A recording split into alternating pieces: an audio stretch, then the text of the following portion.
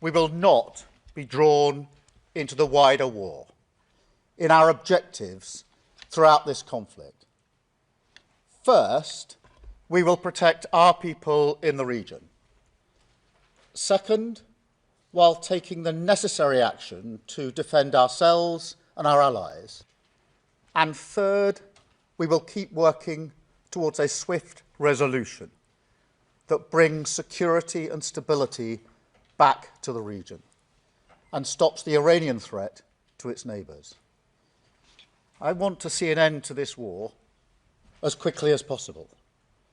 Whether to commit British troops to military action is the most serious responsibility for any Prime Minister.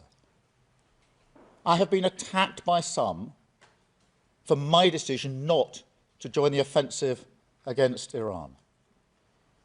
But at every stage, I've stood by my principles, principles which I held just as strongly when it came to debate about the Iraq War in 2003.